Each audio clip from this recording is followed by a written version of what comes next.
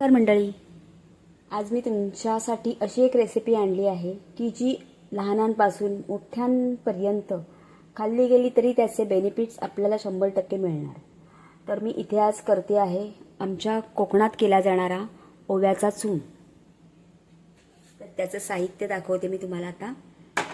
साहित्य घेतले 2 वाटी खोबरं आहे, 1.5 वाटी गूळ घेतलाय, अर्धी वाटी काळा मिरी घेतली आहे, अर्धी वाटी ओवा घेतलाय आणि अर्धी वाटी लसूण घेतलाय. आणि त्याला लागणारे आपल्याला एक मोठा डाव तूप घ्यायचे आपल्याला. तर आता आपण करूया ओव्याचा चून. त्यासाठी मी 2 चमचे जे आपलं साजूक तूप आहे ना ते घेते. हा जो ओव्याचा चून आहे ना, आमच्या इकडे कोकणामध्ये जेव्हा एखाद्या घरामध्ये बाळंतीण होते तेव्हा तिला बघायला जाताना हा तिला खाऊ म्हणून दिला जातो की जो तिच्यासाठी तिचं जे पोषण असतं त्या वेळेचा आहार असतो त्यासाठी खूप महत्त्वाचा असतो.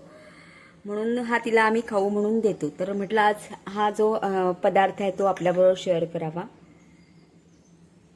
आता मी त्याच्यामध्ये हा जो आपण बारीक केलेला लसूण आहे, एकदम बारीक नाही करायचे, त्याचे तुकडे राहायला पाहिजे. आपण चेचून घेणं जसं म्हणतो ना तसा केलाय. आणि या तुपामध्ये तो छान परतवायचा आहे.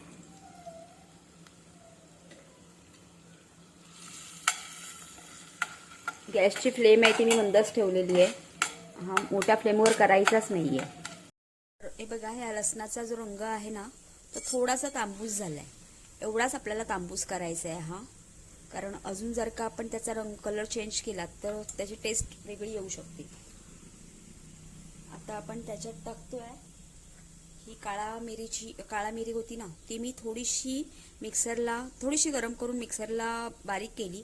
एकदम बारीक नाही करायची आपल्याला, थोडंसं असं आपण सरसरीत म्हणतो ना त्याप्रमाणे. त्याचा टेक्स्चर जो आहे खाताना तो दाणा त्याचा तुकडा तो दाताखाली यायला पाहिजे.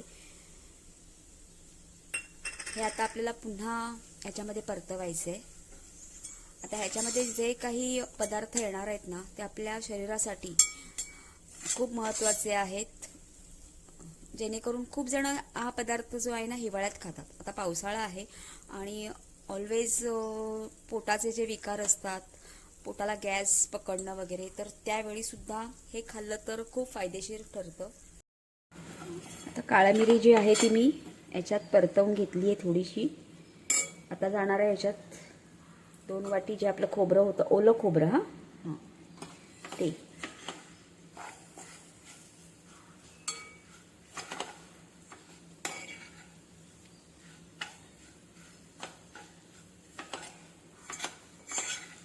हे जेव्हा छान परतवून जेव्हा तयार होतं ना तेव्हा त्याचा जो वास आहे तो पूर्ण घरभर, घराच्या बाहेर खूप दरवळतो आणि वेगळाच सुगंधच त्याचा वेगळा येतो आणि कळून येतं की यांच्या घरात हा खाऊ चाललेला आहे.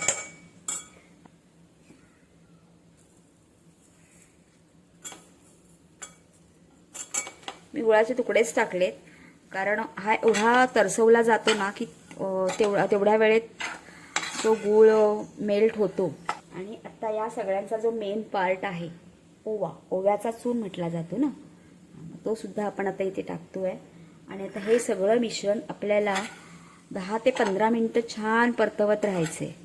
ओलं खोबरं असल्यामुळे पावसाळ्याच्या दिवसात थोडासा दमटपणा असतो, खराब होऊ शकतो. म्हणून हे जे परतवणं आहे ते खूप महत्त्वाचं आहे, जेणेकरून ते खूप दिवस टिकावं. आता हे थोडंसंच आहे, हे आमच्या घरात आठवडाभरात संपून जाईल. सकाळी उठल्यावर एक चमचा ओव्याचा चून खायचा, त्याच्यावर कोमट पाणी प्यायचं. हा केल्यावर आमच्याकडे दिनक्रम असतो, त्याच्यामुळे सर्रास केला जातो. हे बघा, 10 मिनिटानंतर त्याचं टेक्स्चर आहे ते असं झालंय, सगळं मिळून आलेलं आहे आणि इतका सुंदर घरभर वास पसरलाय या ओव्याचा. तयार आहे आपला असा बहुगुणी असा ओव्याचा चून. रेसिपी तुम्हाला आवडली असेल तर लाईक, शेअर, सबस्क्राईब नक्की करा. बाय.